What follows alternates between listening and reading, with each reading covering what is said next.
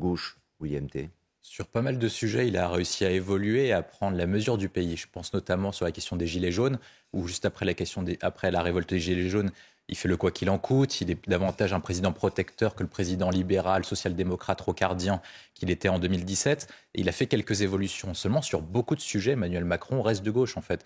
Ses convictions qui sont profondes, notamment sur les rapports entre la France et l'Algérie, le rapport de la France par rapport à l'intégration, par rapport à l'assimilation, le rapport qu'il a par rapport à la laïcité, à la civilisation française, et même sur les questions économiques. Et sur l'ensemble de ces sujets-là, Emmanuel Macron, même il comprend les Français et il va davantage dans le bon sens, il reste bloqué par plusieurs choses. Et il est un peu inexplicable, Emmanuel Macron. Est-ce que c'est lui qui est bloqué sur certains sujets, alors qu'il a une certaine, et on dit souvent de lui qu'il a une certaine dextérité intellectuelle, ou est-ce que c'est son entourage le plus proche, qu'on appelle, ce que Jean-Michel Fauvergue connaît très bien, le club des Mormons, les Séjourné, les Attal, etc., qui le bloquent et qui l'ancrent davantage à gauche, alors que lui comprend qu'il faut aller davantage à droite. Moi, ce que je vois d'Emmanuel Macron, c'est que sur pas mal de sujets, il a appris à évoluer.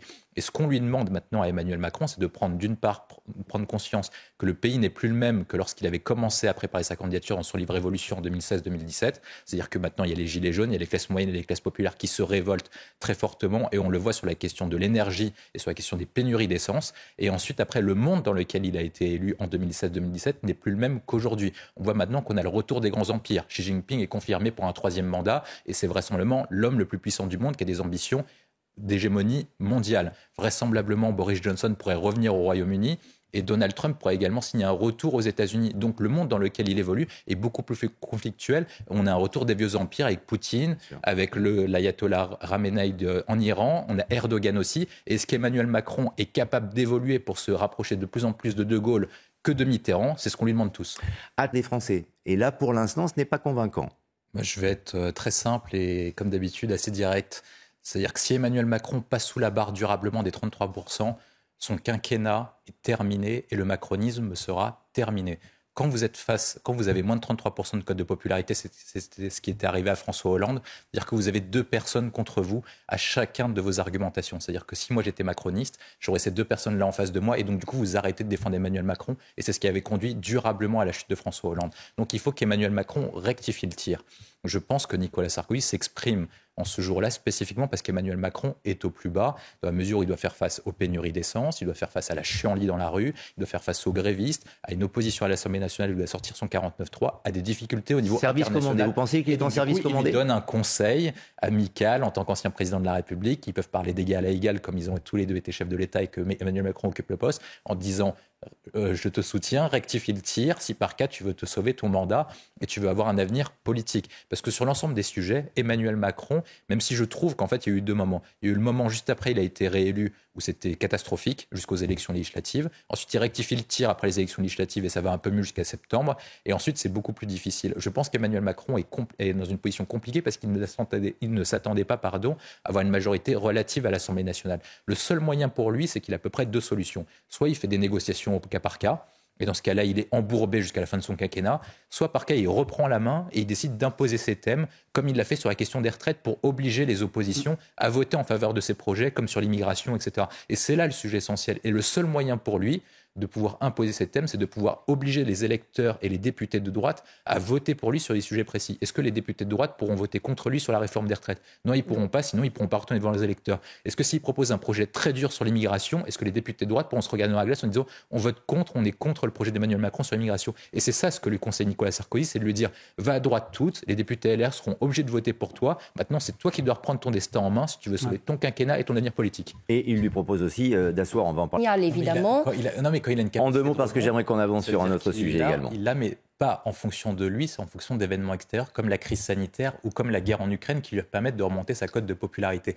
Si par cas il y est tout seul et qu'il s'y met tout seul, il faut qu'il reprenne. Et c'est ça le conseil de Nicolas. Et c'est en rapport avec la personnalité de Nicolas Sarkozy. C'est de toute façon, n'attendez pas d'événements d'extérieur. Je pense qu'il dit ça à Emmanuel Macron. Reprenez votre destin en main, reprenez la maîtrise de votre politique en main. Ne laissez pas Elisabeth Borne gérer cette affaire. Et je pense que l'autre sujet, c'est l'affaire internationale. Aujourd'hui, il se rend à Rome. Moi, je pense que si Emmanuel Macron comprend l'évolution du pays, comprend l'évolution de l'Europe et qui comprend que l'Allemagne est désormais, il n'y a pas de coup franco-allemand et que c'est un mirage complet et que les Allemands jouent contre nos intérêts, il devrait faire évoluer. Et d'ailleurs, international ne signifie pas européen. C'est deux problématiques différentes. Avec son image initiale, moi je pense qu'il devrait discuter avec Mélanie pour faire pression sur les Allemands sur la question du marché. Justement, il est à Rome pour rencontrer le pape. Il y a un discours particulièrement car il s'agit des jeunes. Oui, mais la société devient de plus en plus radicale. La société évolue parce qu'elle est marquée notamment par la polarisation et la radicalisation. C'est ce que montre un livre de la CIA, Le Monde en 2040, qui a été adressé à Joe Biden et qui montre que toute la société occidentale est concernée par ça. Et en plus, nous, en France et comme d'autres pays, on a été frappés par la crise sanitaire et par la politique de confinement qui a accentué cette radicalisation, notamment vis-à-vis des plus jeunes qui désormais s'expriment. À l'époque, quand vous aviez un différend, on était capable d'avoir des joutes verbales, voire éventuellement de s'insulter. Et maintenant, ils vont directement aux mains, voire plus loin, si possible à l'arme blanche. Alors, qu'est-ce qu'on peut faire maintenant contre ça ? Moi, je pense qu'il faut sonner la fin de la récré. Il faut sonner la fin de la chienlit et traquer les personnes qui sont responsables de ça. Lorsqu'on attaque un policier, est-ce qu'on ne doit pas passer un peu de temps en prison pour apprendre les bonnes manières ? Mettre les lycéens en prison. Ah, bien sûr, il faut mettre les lycéens en prison parce que de toute façon, les gens ne comprennent que par l'exemple et que par l'autorité. Toutes les personnes, tant qu'ils ne comprennent pas les conséquences de leurs actes, répéteront la même chose. Quand vous demandez à votre enfant de dire vous rentrez à 21h, c'est le couvre-feu après.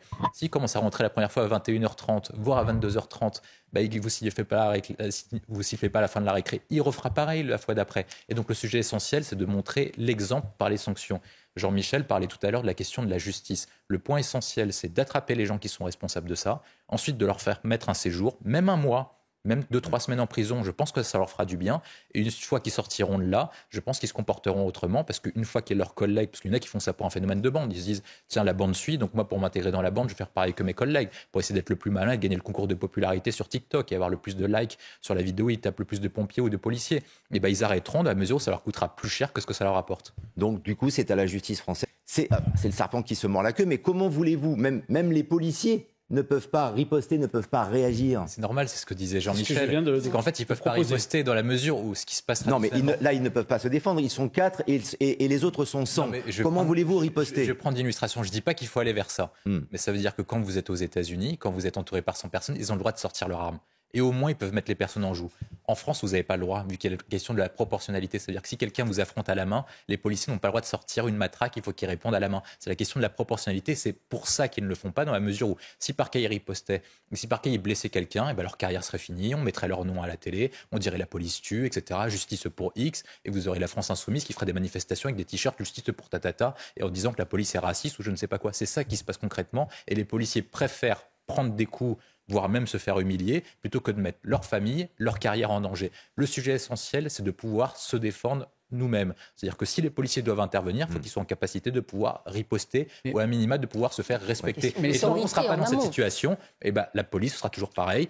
Ils ne se feront pas respecter dans la mesure où ils feront face à un groupe de 5 ou 10 et ensuite après on dira ils ont sorti leurs armes, ils se feront attaquer par l'IGPN, ensuite après il y aura les manifestations d'associations de je ne sais pas quoi qui diront attention, la police est dangereuse, etc. On a un état policier et c'est ça qui se passe concrètement, ça veut dire qu'on a désarmé petit à petit notre police à cause des leçons de la France insoumise, des leçons morales, etc. Et je pense que le sujet essentiel c'est 1, gagner le combat culturel, 2, nous réarmer de façon sur le plan autoritaire et 3, soutenir ce qui nous protège.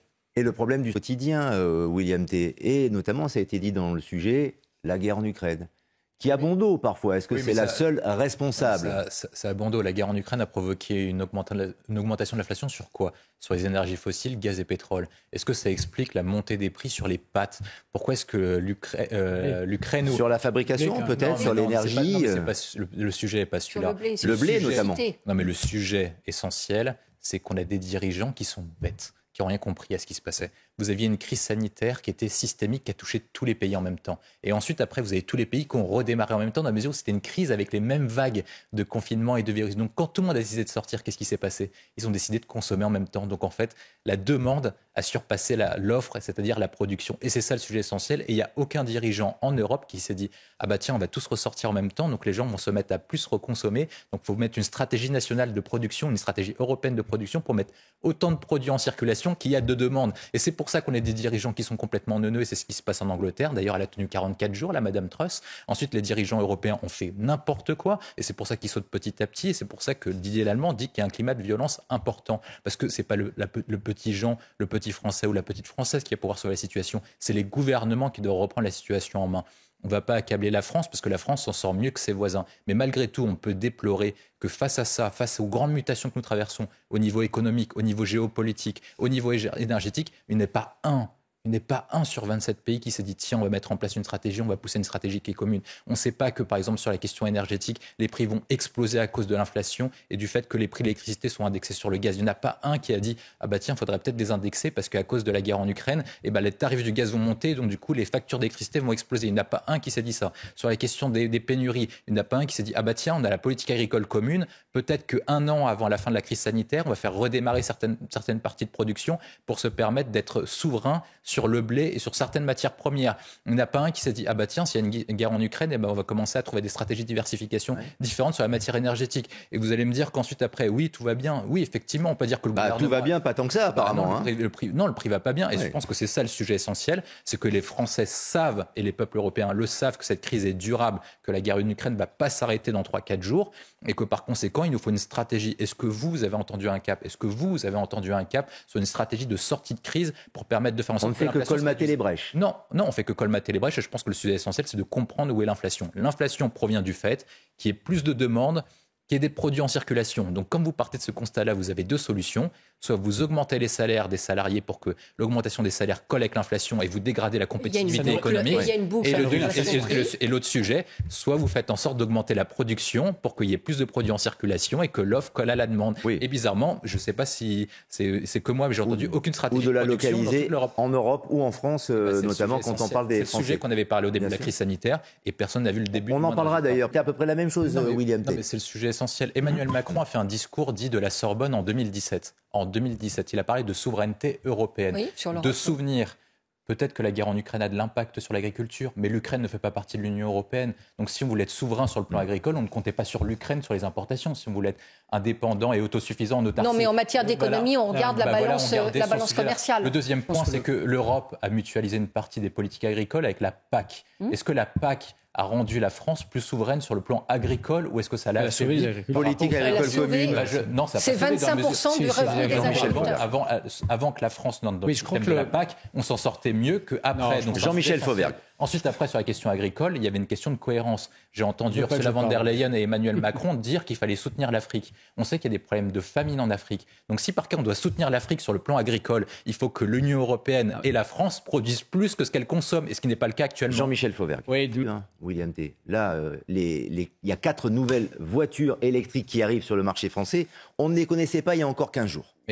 Mais c'est pour ça que je disais que les dirigeants étaient bêtes et qu'ils manquaient de prévision. Nous, on a travaillé dernièrement sur Xi Jinping parce qu'il est reconduit pour un 3e mandat. Donc on a regardé tous ces plans. Tous ces plans sont faits sur 5 à 10 ans de prévision. Il ne réfléchit pas à la semaine qui vient ou aux élections qui viennent. Il pense à la génération à venir. On peut être pour ou contre, et ce n'est pas ça le sujet. Le sujet, c'est de savoir comment eux agissent et comment les différents pays agissent. Sur les États-Unis, on parlait de Michel Souet, parlait souvent de la conquête spatiale des Américains. Donc ils préparent, à l'époque de George W. Bush, une montée de la fusée, désormais cette année, en 2022. Donc 15 ans ou 20 ans après. Est-ce que nous, on arrêtera de réfléchir uniquement à notre propre personne, uniquement à la prochaine élection, uniquement à la prochaine négociation de l'Assemblée nationale, pour réfléchir à long terme sur comment on va construire la France et l'Europe dans les années à venir ? Sur la question de la voiture électrique, précisément, on sait que les Chinois conservent un monopole parce qu'ils ont le lithium sur les batteries électriques. Donc nous, on veut passer à l'électrique alors qu'eux ont le monopole. Donc déjà, comment on va faire si par cas ils essaient de nous fermer l'alimentation des batteries électriques ? Ça, c'est la première question. Deuxième point sur la matière de l'électrique, c'est que je ne sais pas si la personne qui a décidé qu'on allait passer à l'électrique a réfléchi sur les tendances à long terme. Le prix de l'électricité est en train d'augmenter, les Français le vivent au quotidien. Donc comment on va faire pour alimenter les voitures électriques ? Il y a un enjeu environnemental, c'est-à-dire que le thermique environnemental, il faut peut-être réfléchir que...